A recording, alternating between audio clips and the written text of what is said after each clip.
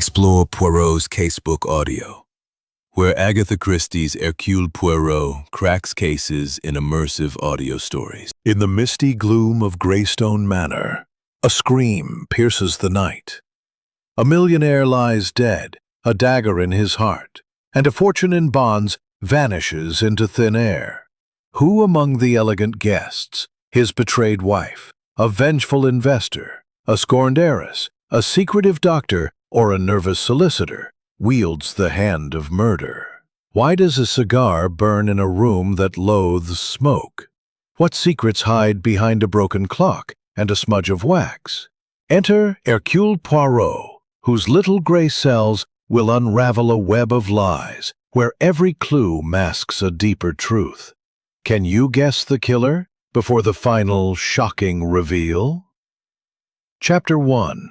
The Gathering at Greystone Manor.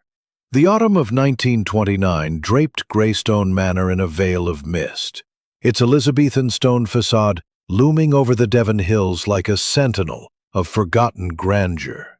The estate, owned by Sir Reginald Ashford, a financier whose name carried the weight of old money and new ambition, was ablaze with light on this particular October evening.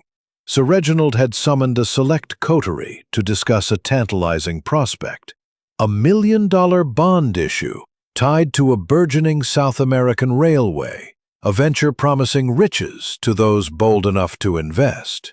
The air was thick with anticipation, though the rain-heavy clouds above hinted at unrest.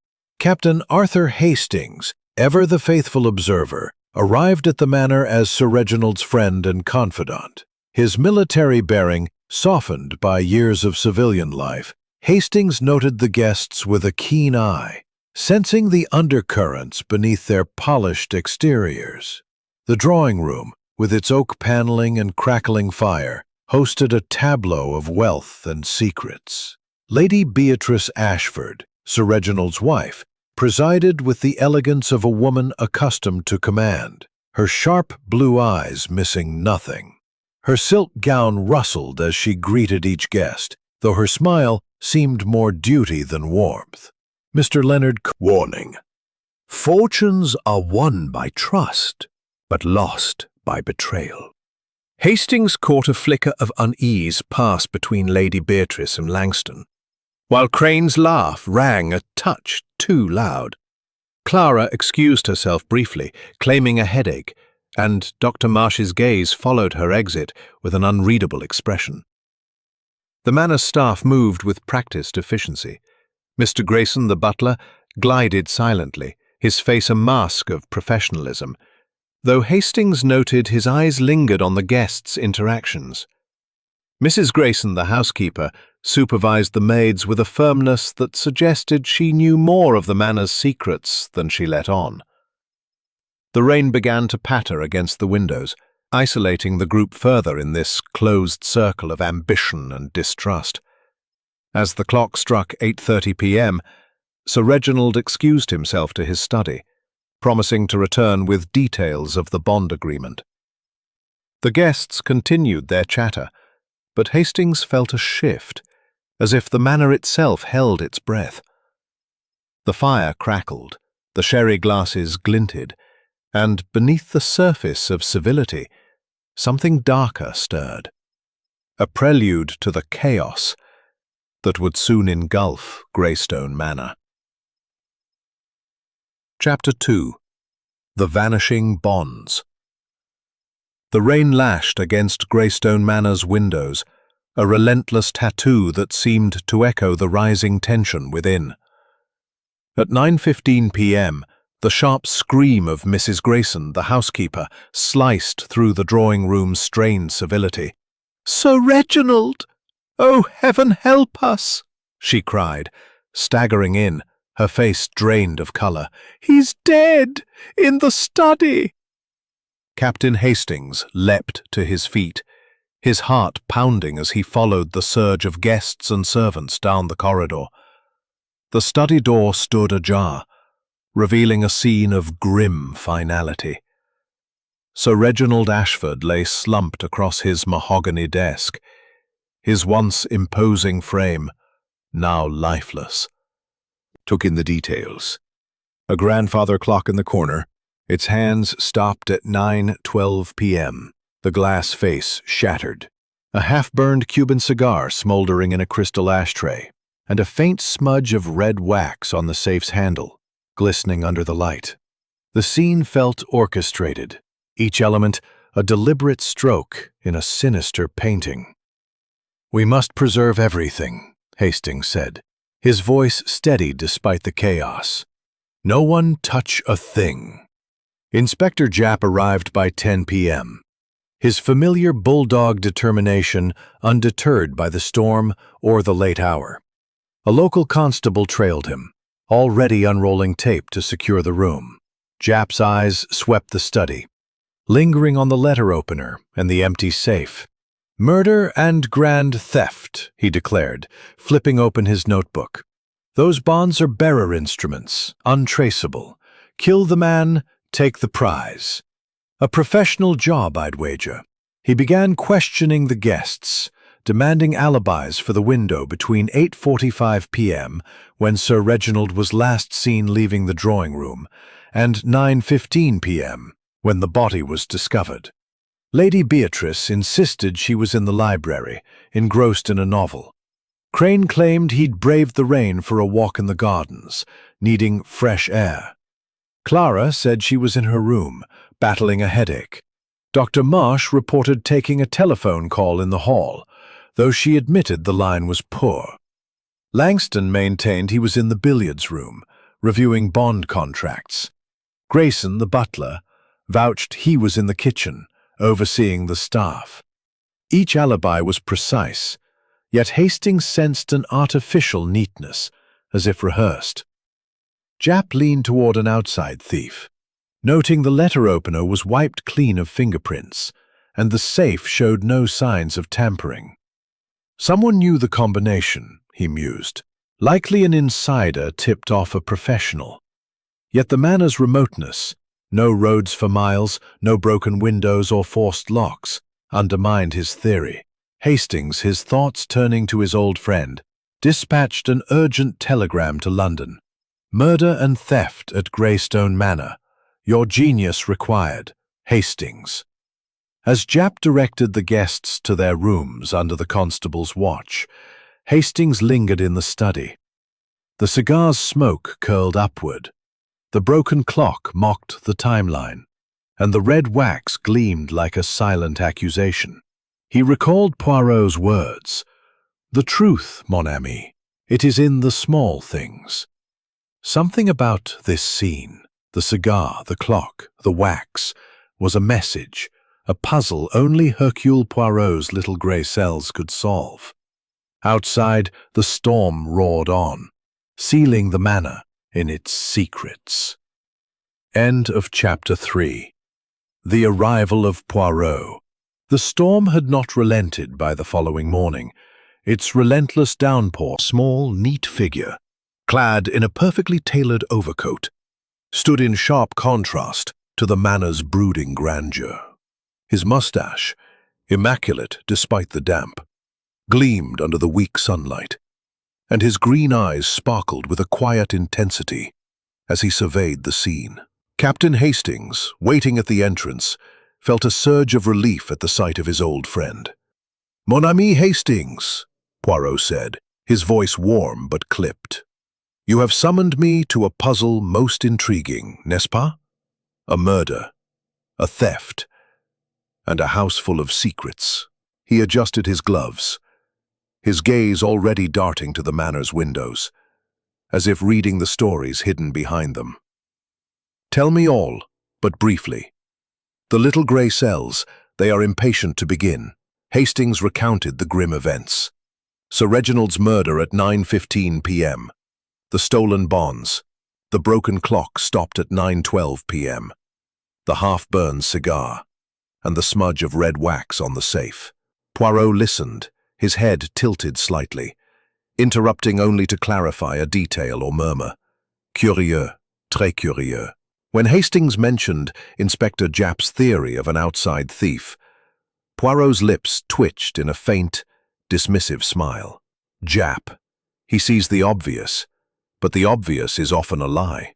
No, this crime, it is intimate, personal. The bonds, they are but a distraction. The murder, it is the heart. Poirot entered the study, his movements deliberate, almost reverent. He ignored Japp's bustling presence and the constable's nervous hovering, focusing instead on the scene. He examined the letter opener, still embedded in Sir Reginald's chest, noting its clean handle. No fingerprints, yet it is not a professional's weapon, he murmured. He crouched by the broken clock, its shattered glass glinting under his pocket torch. Stopped at 9:12 p.m. But was it broken then? Or earlier? His fingers traced the red wax smudge on the safe, his brow furrowing. Wax, Hastings. A curious choice for a thief in a hurry. The half-burned cigar drew his longest pause. He sniffed it delicately, his expression unreadable. A Cuban, oui. But Sir Reginald, he did not smoke. Why then this cigar? Inspector Japp, bristling slightly at Poirot's calm authority, shared his findings. The safe's combination was known only to Sir Reginald and Langston, the solicitor. The manor's doors and windows showed no signs of forced entry. And the groundskeeper, Tom Briggs, was under suspicion after a pawn ticket for a gold watch was found in his cottage. Poirot waved a hand dismissively. The groundskeeper, he is a convenience, not to have walked, noting the sodden earth. No mud on Monsieur Crane's shoes, Hastings, he said softly. A man who walks in such rain, he does not return so clean. Back in the drawing room, Poirot faced the guests who had gathered under Japp's orders. Lady Beatrice sat stiffly, her eyes wary. Crane lounged with forced ease, his cigar case conspicuously absent. Clara's hands twisted in her lap, her face pale. Dr. Marsh met Poirot's gaze with cool defiance, while Langston's nervous fidgeting betrayed his discomfort. Mesdames et messieurs, Poirot began, his voice smooth but commanding. A crime has been committed, and each of you holds a piece of the truth. I, Hercule Poirot, will find it. Speak honestly, or the little gray cells, they will uncover your secrets. As the guests shifted uneasily, Hastings marveled at Poirot's ability to unsettle with mere words. The detective's presence had transformed the manor, turning every glance and gesture into a potential clue. Outside, the rain continued, but within, Poirot's arrival had ignited a new storm, one of logic, observation, and inevitable revelation. Chapter 4. The First Interviews. The rain-soaked morning had given way to a dreary noon, the clouds over Greystone Manor casting long shadows across the drawing room where Hercule Poirot began his interrogations. The guests, summoned one by one, sat under the weight of his piercing gaze, their earlier civility fraying like worn silk. Poirot, seated in a high-backed chair, his hands folded neatly, exuded an air of calm authority. His small, precise movements, a tilt of the head, a tap of his finger, seemed to unravel the room's secrets before a word was spoken. Captain Hastings stood by the fireplace, notebook in hand, marveling at his friend's ability to make silence itself a question. Poirot began with Lady Beatrice Ashford, who entered with the poise of a woman accustomed to scrutiny. "Madame," Poirot said, his voice soft but unyielding, "you were in the library at 9 p.m., oui? What book held your attention so completely?" Lady Beatrice hesitated, her fingers tightening on her handkerchief. "A novel, Persuasion by Miss Austen," she replied. Poirot's eyes flickered to Hastings, who later checked the library and found the book unopened, its pages pristine. "And your husband," Poirot continued. "He seemed troubled before retiring to his study." Lady Beatrice's lips thinned. "Reginald was always troubled by business. He mentioned debts, pressures from investors." Her voice held a trace of bitterness, quickly masked. Next came Mr. Leonard Crane, his brash demeanor subdued under Poirot. Dismissed with a wave. I stuck to the paths. When pressed about his cigar case, Crane's hand twitched. "Left it in my room," he muttered, but his eyes darted to the side. Miss Clara Wentworth entered next, her delicate frame trembling as she sat. "Mademoiselle, you retired to your room for a headache," Poirot said gently. "Yet your room, it is so close to the study. Did you hear nothing?" Clara's hands twisted in her lap, her voice barely a whisper. I took a powder and rested. I heard nothing." Poirot leaned forward, his gaze softening but unrelenting. "And Sir Reginald, he was kind to you?" Clara flushed, her eyes dropping. "He was generous." But distant Hastings caught a tremor in her voice, a hint of something unspoken. Dr. Evelyn Marsh followed, her composure a stark contrast to Clara's nerves. "Doctor, your telephone called at 9 p.m., Poirot began. "It was urgent?" Dr. Marsh nodded, her voice steady. "A colleague in London, consulting on a patient. The line was poor, but I was in the hall." Poirot's smile was faint. "And your disagreement with Sir Reginald? A medical matter, perhaps?" Her eyes narrowed. "A professional difference, nothing more." Yet her fingers gripped the armrest, betraying a tension she could not hide. Finally, Mr. Victor Langston, the solicitor, entered, his gaunt face slick with perspiration. "Monsieur Langston, you knew the safe's combination," Poirot said, his tone deceptively casual. "Did you enter the study that evening?" Langston's hands shook as he adjusted his cufflinks. "I was in the billiards room, drafting contracts." "I never left." Poirot's gaze lingered on the man's trembling fingers. "And the red wax on the safe, it is familiar to you?" Langston paled. "I use wax for sealing documents, but I never touched the safe." His voice cracked, and Poirot's eyes gleamed with quiet satisfaction. As the interviews concluded, Poirot dismissed the guests, his expression unreadable. "Everyone lies, Hastings," he murmured, pacing the room. "But the lies, they are not equal. Lady Beatrice's book was untouched. Crane's shoes, too clean for a garden walk. Clara, she hides a wound. Dr. Marsh's call, it may not exist. And Langston, he fears the wax." He paused, his fingers brushing the mantel. "The little gray cells, they begin to see a pattern. But we need more details, more contradictions." Hastings, scribbling notes, felt the weight of Poirot's words.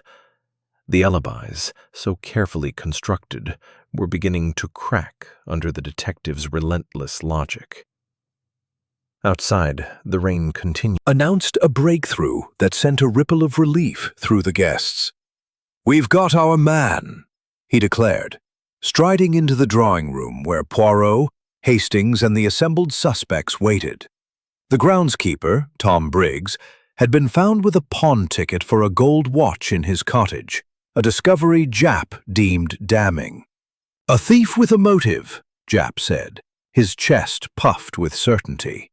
Briggs knew the manor's layout, could have slipped in, killed Sir Reginald, and taken the bonds. The guests exhaled, their guarded expressions softening. Lady Beatrice murmured, "Thank heavens, an outsider." Crane clapped Japp on the shoulder, his grin returning. "Good work, Inspector. Wrap this up quick." Clara's shoulders sagged, as if a weight had lifted. while Dr. Marsh nodded approvingly. Langston, however, remained silent, his eyes darting to Poirot, who sat quietly, his fingers steepled. Hercule Poirot, unmoved by Japp's triumph, rose with a delicate cough. "Monsieur l'Inspecteur, your enthusiasm, it is admirable, but premature. The groundskeeper, he is a red herring, no?" He gestured for Japp to follow him to Briggs' cottage, where the pawn ticket lay on a rough-hewn table. Poirot examined it, noting the date, 3 days prior to the murder. This watch, it was pawned before the crime. And see, the mud on Briggs' boots, it is coarse from the fields, not the fine gravel of the manor's paths. He pointed to the study's floor, where no such mud had been found. "This man, he is no murderer," Japp grumbled, but released Briggs, who muttered gratitude before retreating.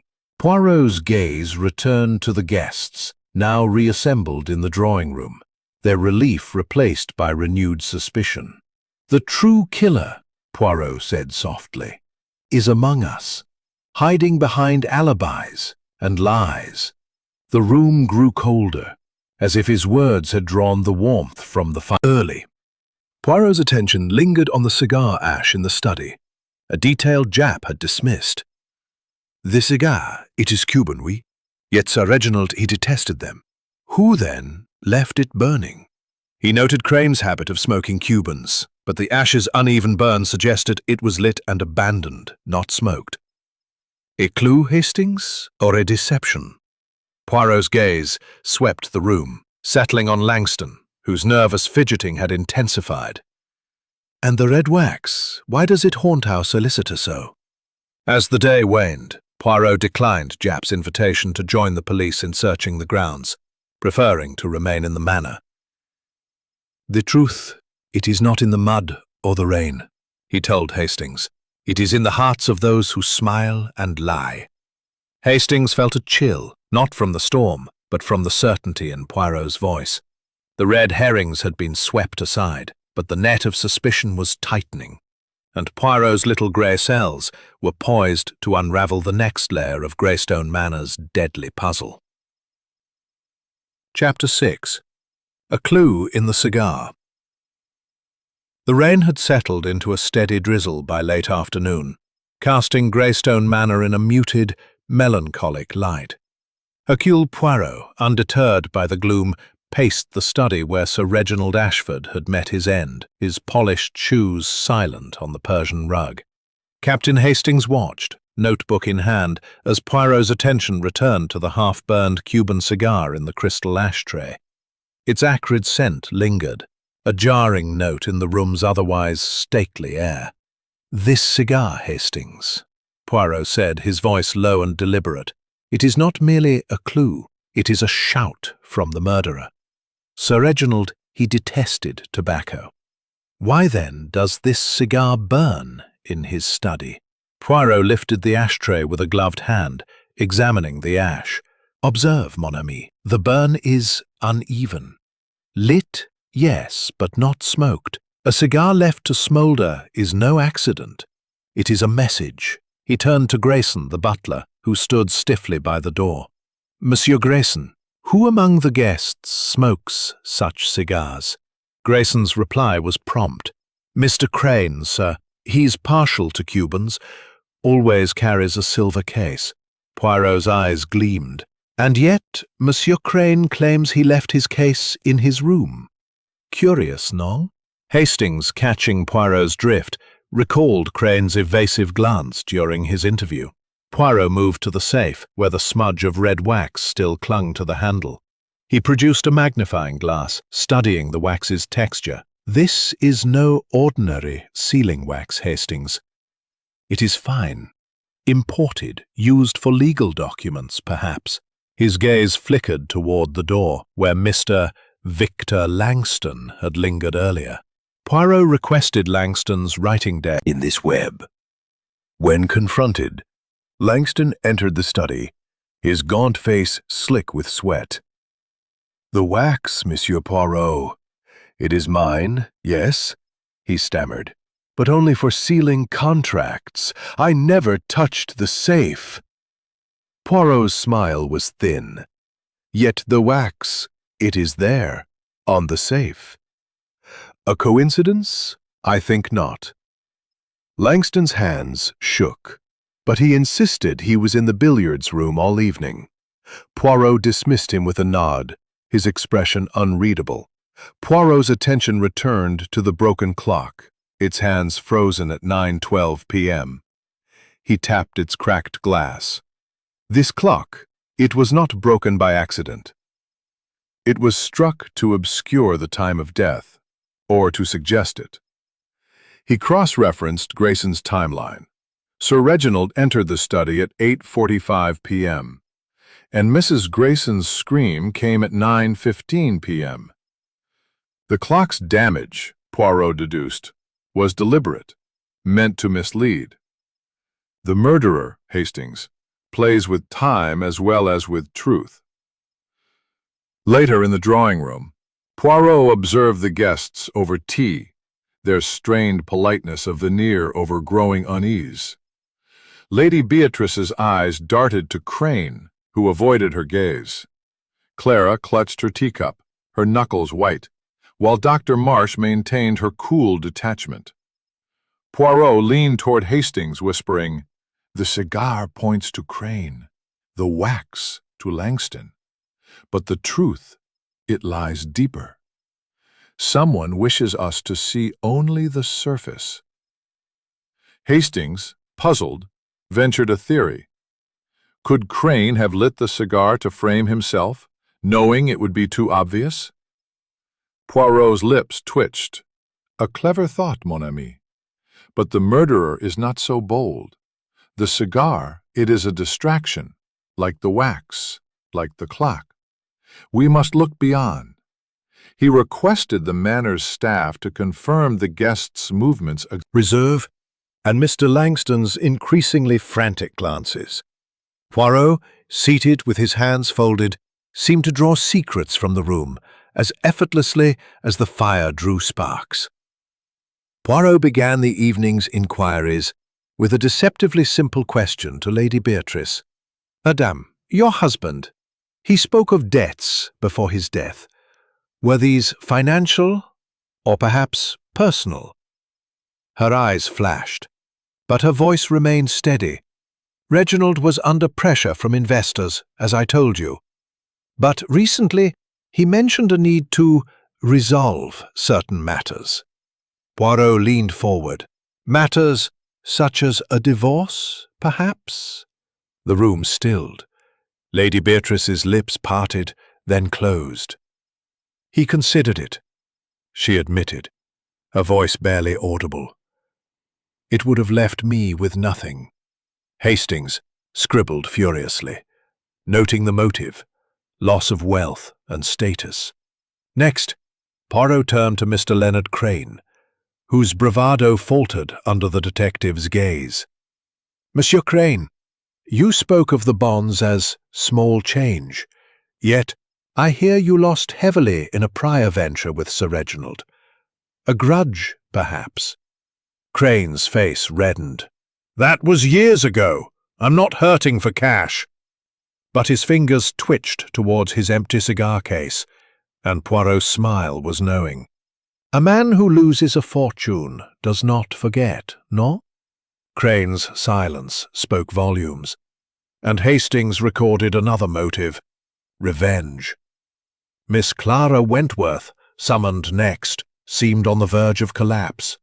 "Mademoiselle," Poirot said gently, "Sir Reginald broke an engagement with you, did he not?" Clara's eyes filled with tears. "He promised me security, a future. Then he discarded me, said I was unsuitable." Her voice broke, and Hastings felt a pang of sympathy. But Poirot's gaze remained clinical. "And this humiliation, it left you angry?" Clara nodded, whispering. Motive? Blackmail. As the guests dispersed, their secrets laid bare, Poirot turned to Hastings. "Each one, mon ami, has a reason to wish Sir Reginald dead. Greed, revenge, pride, fear, shame. These are the threads of the crime. He paced, his mind clearly racing. The cigar, the wax, the broken clock, they point to a plan. But whose? We must test these alibis further. He requested Grayson to confirm the servant's observations, focusing on the critical half-hour between 8:45 and 9:15 p.m. A maid reported seeing Lady Beatrice leave the library at 8:50 p.m., not 9 p.m. as claimed, and Dr. Marsh's telephone call remained unverified by the exchange. Hastings, overwhelmed by the web of motives, ventured, "Poirot, could it be a conspiracy? More than one of them?" Poirot's smile was enigmatic. "Possible, Hastings, but unlikely. The crime, it has the mark of a single mind, cunning, but not infallible." As the fire died down, casting long shadows across the room, Poirot's words hung in the air. The motives were clear, but the truth remained elusive, buried in the contradictions. Poirot was determined to unravel. Chapter 8. The Emotional Break. The evening at Greystone Manor had grown oppressive, the rain now a faint murmur against the windows, as if the storm itself were weary of the secrets within. The drawing room, lit by flickering lamplight, seemed to close in on the guests as they gathered for dinner, their faces etched with strain under Hercule Poirot's unrelenting gaze. Captain Hastings, seated at the far end of the table, noted the forced politeness, Lady Beatrice's tight smile, Mr. Crane's overly loud jests, Miss Clara Wentworth's trembling fingers, Dr. Marsh's icy calm, and Mr. Langston's nervous glances toward the door. Poirot, at the head of the table, ate sparingly, his eyes missing nothing. The meal progressed in uneasy silence until, at 8 p.m., Clara dropped her wineglass, the crystal shattering on the oak floor. "I can't bear it!" she cried, her voice cracking as tears spilled down her cheeks. The room stilled, every eye on her. "I saw him, Sir Reginald, arguing with Mr. Crane at 8:45 p.m., in the study. It was about debts, unpaid promises." Her words tumbled out, raw and desperate, as if a dam had broken. Crane's face flushed crimson. "That's a lie," he barked, slamming his fist on the table. "I was in the gardens, like I said." His denial was fierce, but his eyes darted to Poirot, who leaned back, his expression serene yet piercing. "Mademoiselle Clara," Poirot. "Monsieur, you deny this meeting?" Crane's jaw worked silently before he muttered, "She's mistaken. I wasn't there." But his bravado had crumbled, and Hastings saw doubt flicker in the other guest's eyes. Lady Beatrice's lips parted, as if to speak, but she remained silent. Dr. Marsh's fingers tightened on her fork, while Langston stared at his plate, his hands trembling. Poirot rose, his small frame commanding the room. "Emotion. It reveals the truth, but also the lie," he said. "Mademoiselle Clara, you were in your room, yet you saw this argument." "How, précisément?" Clara faltered. I passed by the study door. It was ajar." Poirot's smile was faint. "And the wax on your handkerchief?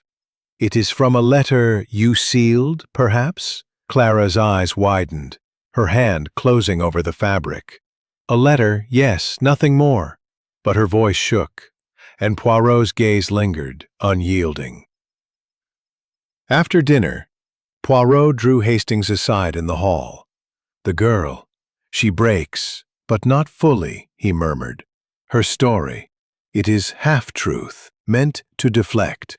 And the wax, it links her to the safe, yet she denies it." He requested Grayson to verify the study door's position at 8:45 p.m. The butler confirmed it was closed, contradicting Clara's claim. Poirot's eyes gleamed. She lies, Hastings, but why? Poirot then turned his attention to the library clock, where Lady Beatrice claimed to have been reading. A servant confirmed it ran 10 minutes slow, meaning her alibi of 9 p.m. placed her elsewhere at 8:50 p.m., near the study. Dr. Marsh's telephone call, Poirot discovered, had no record at the local exchange, casting further doubt on her story. The alibis, they unravel, Poirot said, pacing. Each one hides, but the truth, it begins to show itself. Hastings, his mind reeling, ventured, Clara's outburst. Could she be protecting someone? Poirot nodded slowly. Or accusing someone to shield herself. The little gray cells, they sense a pattern. But we need one more push. He resolved to press the guests further, sensing the emotional break had cracked the facade, revealing glimpses of the truth beneath. As the manor settled into an uneasy night, Poirot's calm certainty was a beacon in the gathering shadows, drawing ever closer to the heart of the crime. Chapter 9. The Second Crime. The night at Greystone Manor was cloaked in an uneasy silence, broken only by the occasional creak of the old house, settling under the weight of its secrets. The rain had ceased, leaving a damp chill that seemed to seep into the very walls. Hercule Poirot, ever vigilant, had retired to the library to review his notes, his mind sifting through the tangle of lies and half-truths. Captain Hastings, restless, lingered in the hall, his thoughts on Clara's tearful outburst and the web of motives tightening around each guest. At 11:30 p.m., a muffled cry from the lower floor shattered the quiet. Hastings, joined by a startled Grayson, rushed toward the sound, which came from the wine cellar. There, sprawled on the cold stone floor, lay Mr. Grayson, the butler. Unconscious, his face pale and his breathing shallow. A shattered glass of port lay beside him, its contents staining the floor red. Dr. Evelyn Marsh, summoned from her room, knelt beside him, her physician's instincts taking over. "Arsenic," she said grimly, sniffing the glass. "He's been poisoned, but he's alive. For now." She administered a hastily prepared antidote, and Grayson was carried to a guest room under her care. Poirot arrived moments later, his eyes narrowing as he surveyed the scene. "A second crime, Hastings," he murmured, "and not by chance." He examined the cellar, a single glass, a half-empty bottle of port, and, glinting in the dim light, a silver cufflink bearing the initials L.C. Leonard Crane's. Poirot's gloved hand retrieved it, his expression unreadable. "The killer grows bold or careless," he said softly. He questioned the staff, learning that Grayson had been served the port at 11 p.m., a nightly ritual. But no one had seen who poured it. Crane, roused from his room, blustered at the sight of the cufflink. "That's mine, sure, but I lost it days ago," he protested. "Someone's setting me up." Poirot's gaze was piercing. "Monsieur Crane, your cigar, your cufflink. How often you are implicated, yet never present." Crane's face reddened, but he offered no further defense. Hastings noted the fear in his eyes, a stark contrast to his earlier bravado.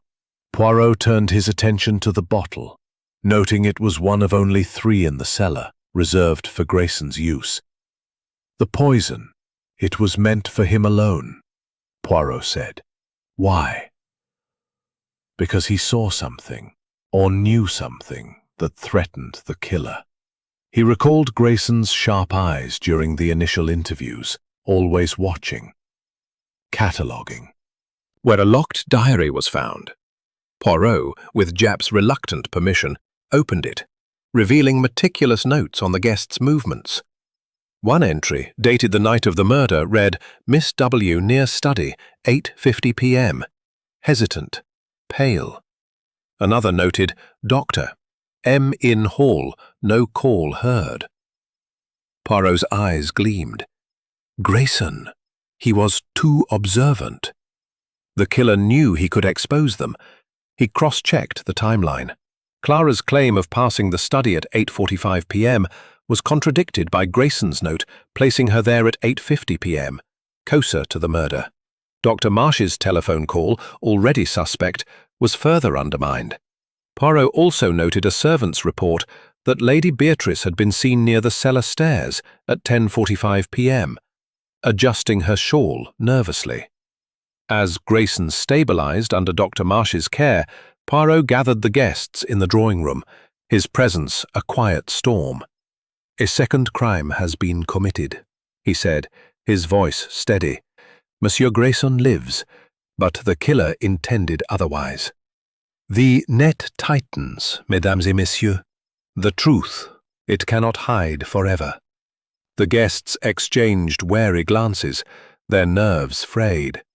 Hastings felt the weight of Poirot's words, sensing that the second crime had shifted the game, pushing the murderer closer to a fatal mistake.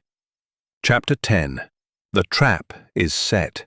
The morning light struggled through the heavy clouds over Greystone Manor, casting a pallid glow across the drawing room where Hercule Poirot had summoned the guests. The air was thick with tension. The events of the previous night, Grayson's poisoning, and the mounting web of clues, having frayed the nerves of all present. Captain Hastings stood by the window, his notebook worn from furious scribbling, watching as Poirot took center stage, his small figure radiating an authority that silenced the room.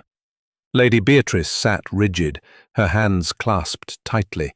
Mr. Crane's usual bravado was reduced to a sullen scowl. Miss Clara Wentworth's eyes were red-rimmed. Dr. Evelyn Marsh maintained her icy composure, and Mr. Victor Langston's fingers twitched incessantly, as if seeking escape. Poirot began, his voice calm but commanding, each word precise as a scalpel. "Mesdames et messieurs, we stand at the heart of a crime most cunning. Sir Reginald Ashford was murdered between 8:45 and 9:15 p.m. The million-dollar bonds stolen to mask a deeper motive. And now, Monsieur Grayson, the butler, lies poisoned, a victim of a killer's desperation. But the little grey cells, they see through the fog of lies." He paced slowly, his eyes sweeping the group. "Let us consider the clues. A cigar, Cuban, left burning in a room where Sir Reginald Killer wishes us to chase shadows." Poirot paused, letting the silence press against the guests. "Let us test your alibis for the critical half-hour, from 8:45 to 9:15 p.m. Madame Ashford, you claim the library, yet the clock there runs slow, placing you elsewhere at 8:50 p.m. Monsieur Crane, your garden walk leaves no mud on your shoes. Mademoiselle Clara, you saw an argument, yet the study door was closed. Dr. Marsh, your telephone call has no record. Monsieur Langston, your wax betrays your presence near the safe." Gasps rippled through the room, but Poirot raised a hand. "One of you wove this tapestry of deception, and now I set the trap." He turned to the butler's diary, retrieved from Grayson's quarters. "Monsieur Grayson, he saw too much. His notes place Mademoiselle Clara near the study at 8:50 p.m., not 8:45 as she claimed. They note Madame Ashford leaving the library early. They question Dr. Marsh's call. The killer poisoned him to silence his truth." Poirot's gaze lingered on Clara, who shrank back, her hands trembling. "Now," Poirot continued, "let us imagine the crime. Sir Reginald was killed with a letter opener, wiped clean of prints, a planned act. The bonds were taken, but not for greed, I think. The cigar, lit but not smoked, implicates Monsieur Crane. The wax suggests Monsieur Langston. The clock, broken, hides the true moment of death. But why? To confuse, to mislead. The killer is clever, but not perfect. He stepped closer to the group, his voice dropping. I ask you now, where were you, truly, at 8:50 p.m.? Speak, or the little gray cells will speak for you. Lady Beatrice's eyes flickered with panic. Crane's jaw tightened. Clara stifled a sob. Dr. Marsh's composure wavered, and Langston's face glistened with sweat. No one answered, their silence a confession of guilt or fear. Poirot smiled faintly. The trap, it is set. Tomorrow we shall gather again, and the truth, it will emerge. He dismissed the guests, who filed out, their glances darting suspiciously. Hastings, awestruck, whispered, Poirot, you've cornered them. But who is it? Poirot's eyes twinkled. Patience, mon ami. The murderer, they will betray themselves. The little gray cells, they are never wrong. As the guests dispersed, the manor seemed to hold its breath, the weight of Poirot's words hanging like a storm about to break. Hastings felt the net closing, the trap poised to snap, and Poirot's calm certainty tighter, as if the very walls anticipated the revelation to come. Poirot stood at the room's center, his small frame radiating quiet authority, his moustache impeccable, his eyes sharp as they scanned the assembly. Lady Beatrice, her composure brittle, Mr. Crane, his bravado reduced to a scowl, Miss Clara Wentworth, pale and trembling, Dr. Evelyn Marsh, her cool facade cracking, and Mr. Victor Langston, his hands fidgeting ceaselessly. Mesdames et messieurs, Poirot began, his voice steady and deliberate. The time for games is over. The murder of Sir Reginald Ashford and the theft of the bonds were crafted with cunning, but the little grey cells, they see through the veil of deception. Let us uncover the hidden truth. He paced slowly, his words measured. The clues, they tell a story. The cigar, lit to implicate Monsieur Crane. The red wax, pointing to Monsieur Langston. The broken clock, hiding the true time of death. But there is another clue, one less obvious. The handkerchief of Mademoiselle Clara, stained with wax, matching that on the safe. Clara gasped, her hand flying to her pocket, but Poirot continued. Let us turn to Dr. Marsh, whose telephone call at 9 p.m. has no record. Madam, where were you truly at 8:50 p.m.? Dr. Marsh's eyes narrowed, but her voice remained steady.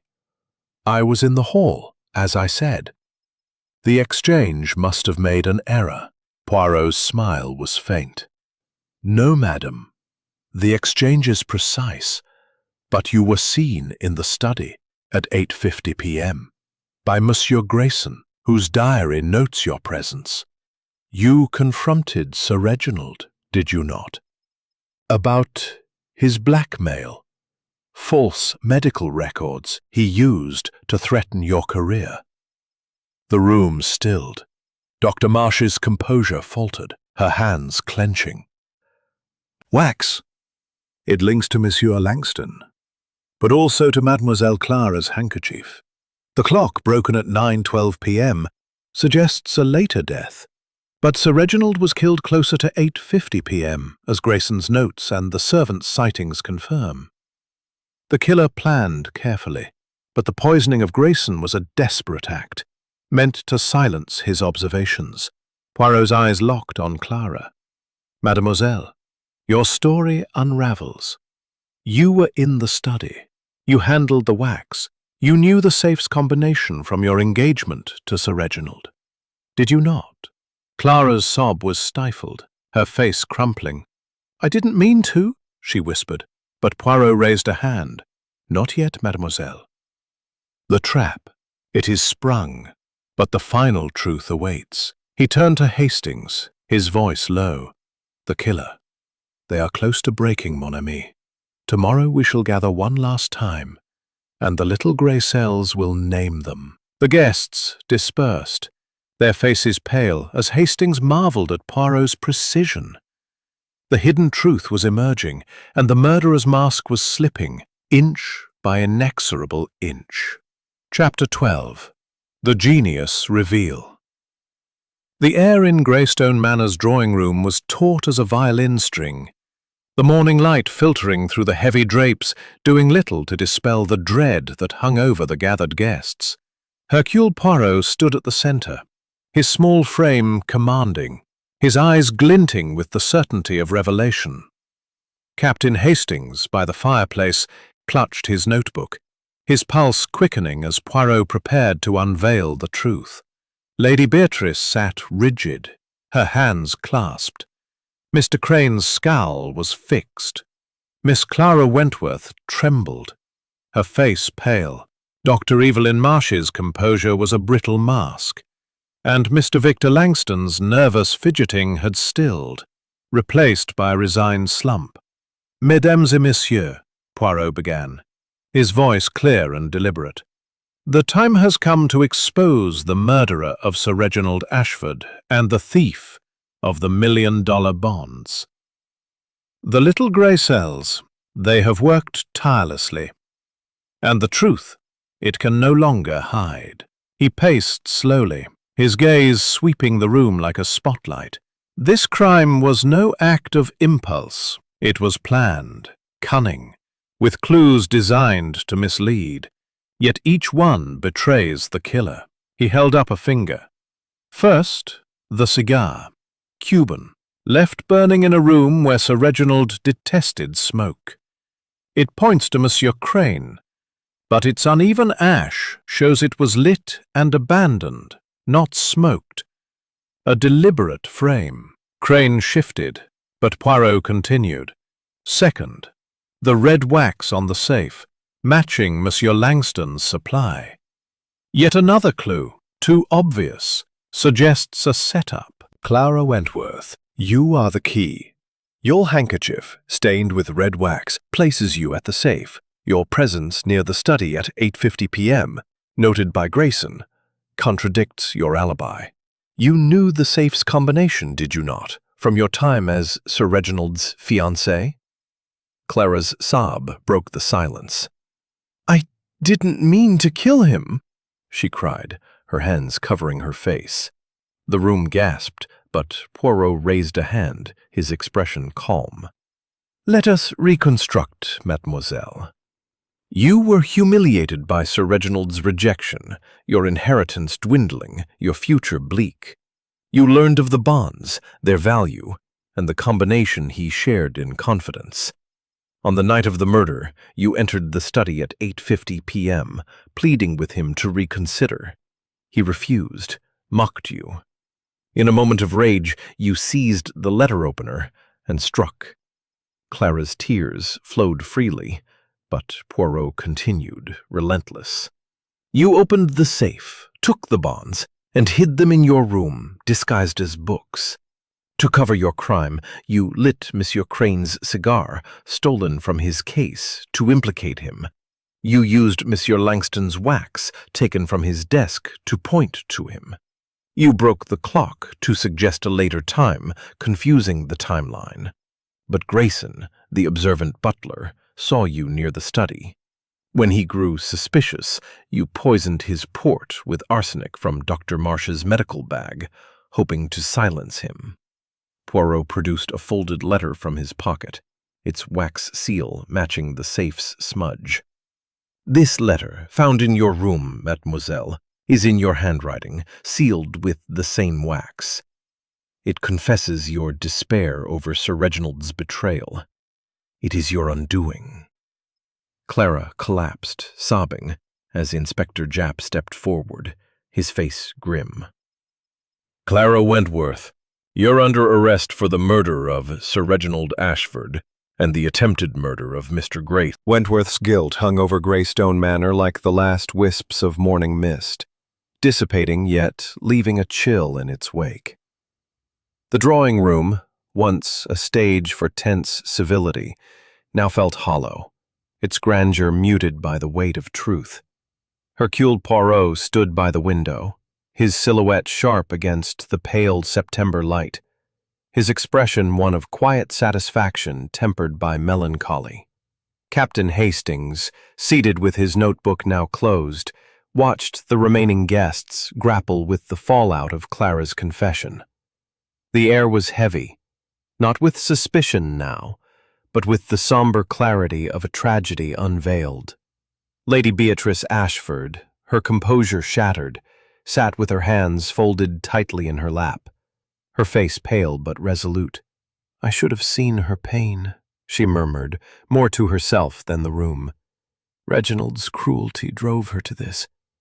She announced her intention to sell Greystone Manor, its memories too tainted to endure. "I'll start anew, somewhere far from here," she said, her voice firm despite the tremor in her hands. Hastings noted her resolve, a spark of strength emerging from her loss. Mr. Leonard Crane, his usual bluster subdued, stood by the fireplace, staring into the embers. The discovery of the bonds, hidden in Clara's room, had cleared his name, but the accusation had stung. "I misjudged her," he admitted gruffly to Poirot. "Thought she was just a timid girl." In a surprising turn, he offered to fund the South American Railway project himself, a gesture Poirot acknowledged with a nod. "Atonement, Monsieur Crane. It is a noble act," Poirot said, though his tone suggested he saw through Crane's need to reclaim his pride. Dr. Evelyn Marsh, her professional reputation intact but her demeanor softened, spoke quietly with Inspector Japp about Grayson's recovery. The butler, now stable, owed his life to her quick intervention. "I'll ensure he's cared for." Beatrice's possession were a hollow victory against the cost of 2 lives, one taken, one broken. Inspector Japp, bustling with paperwork, clapped Poirot on the shoulder. "Another triumph, Poirot. You've outdone yourself." Poirot's mustache twitched. "It is not triumph, Japp, but necessity. The truth, it demands to be known." Japp shook his head, chuckling, and promised to finalize Clara's charges in London. As the manor emptied, its halls echoing with the ghosts of the previous days, Poirot sipped a tisane, his gaze distant. "Greed, Hastings. It is a poison, but love betrayed, it is a dagger. Clara, she could not bear the wound, Hastings. Ever the loyal chronicler, felt the weight of the case settle into memory, a tale of brilliance and tragedy. The manor stood silent, its secrets laid bare, as Poirot prepared to depart, his work done, but his thoughts already turning to the next puzzle awaiting his little gray cells. Chapter 14. Poirot's Philosophy. The train to London rattled through the Devon countryside, its rhythm a stark contrast to the turmoil that had gripped Greystone Manor. Hercule Poirot sat opposite Captain Hastings in a quiet first-class compartment, his small hands folded neatly, his eyes fixed on the passing fields, though his mind was clearly elsewhere. The case of the Million Dollar Bond Robbery and Sir Reginald Ashford's murder was solved, yet Poirot's demeanor carried the weight of reflection rather than triumph. Hastings, his notebook tucked away, studied his friend, sensing the Belgian detective was about to impart one of his philosophical musings. "Mon ami," Poirot began, his voice soft yet resonant against the hum of the train. "This case, it is a reminder of the delicate balance of the human soul. The crime, it begins not with the act, but with the heart, wounded, betrayed, driven to desperation. He adjusted his perfectly knotted tie, a gesture as precise as his thoughts. Mademoiselle Clara, she was not born a murderer. It was love, twisted into hate, that guided her hand. The bonds, they were but a mask for her pain. Hastings nodded, recalling Clara's tearful confession, her delicate frame crumbling under the weight of her actions. "It's tragic, Poirot," he said. "She seemed so fragile, yet capable of such a calculated crime." Poirot's eyes twinkled, though his expression remained somber. "Oui, Hastings. The fragile are often the most dangerous, for their passions burn fiercely. But it is the method, the order, that reveals them. The cigar, the wax, the broken clock. These were her attempts to hide. But the little gray cells, they see through such disguises." He leaned back, his gaze distant. "Crime, it is a puzzle, yes, but also a mirror." Is always in the why, not merely the how. Hastings ventured a question, his voice tentative. "Do you ever tire of it, Poirot? Unraveling these dark corners of human nature?" Poirot's smile was faint, almost wistful. "Tire, mon ami? No. It is my purpose, to restore order, to bring light to the shadows. The little gray cells, they thrive on the challenge, but the heart, it mourns the cost." He paused, then added, "Each case, it teaches us. We must guard against the passions that lead to ruin, yet understand them to find justice." The train whistle sounded, signaling their approach to London. Poirot straightened, his demeanor shifting to its usual brisk precision. "We shall take a tisane at my flat, Hastings, and perhaps discuss simpler things. Cricket, perhaps, to soothe your English soul." Hastings chuckled, grateful for the levity. Yet as he watched Poirot, he knew the detective's mind was already turning, ever ready for the next puzzle, the next truth to uncover. The countryside gave way to the city's sprawl, and Greystone Manor's tragedy faded into memory, a tale of brilliance and sorrow, solved by Poirot's unyielding logic. Hastings felt a quiet pride in his friend's genius, knowing that, for all his philosophy, Poirot's true gift was bringing clarity to chaos, one meticulous step at a time. Chapter 15. The Quiet Exit. The London station bustled with the clamor of arrivals and departures, a stark contrast to the somber stillness that had enveloped Greystone Manor. Hercule Poirot stood on the platform, his small, neat figure almost lost among the crowd. Yet his presence was as commanding as ever. His overcoat was immaculate, his mustache perfectly groomed, and his green eyes held a quiet satisfaction, tempered by the melancholy of a case concluded. Captain Hastings, carrying his suitcase, felt a pang of reluctance to part ways, knowing each adventure with Poirot left him both exhilarated and hand. "The quiet of my flat, it calls to me. A symphony of Bach, a warm tisane, and perhaps a book, simple pleasures, to restore the order." Hastings chuckled, accustomed to Poirot's love of routine. "You'll be solving another mystery by next week, I wager," he said. Poirot's mustache twitched with amusement. "Perhaps, mon ami." The world, it is never short of puzzles for Hercule Poirot. He tipped his hat, a gesture both elegant and final, and turned toward the taxi rank. Hastings watched him go, a small figure weaving through the crowd, his steps precise, his mind no doubt already turning to new challenges. The smoke and noise of the station seemed to part around him, as if even London recognized his singular genius. As Hastings boarded his own train, he reflected on the case. Clara's desperate act, the web of greed and betrayal, and Poirot's relentless logic that had unraveled it all.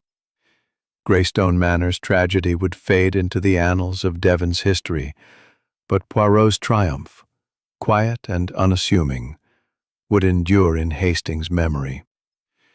The Belgian detective had restored order once more, leaving behind a world slightly less chaotic, if only for a moment. The train pulled away, and Hastings leaned back, closing his eyes. Somewhere in London, Poirot would be settling into his flat, his little gray cells at rest, but ever ready. The story of the million-dollar bond robbery was over. But for Poirot, the next mystery was never far away, waiting to be solved with the same meticulous brilliance.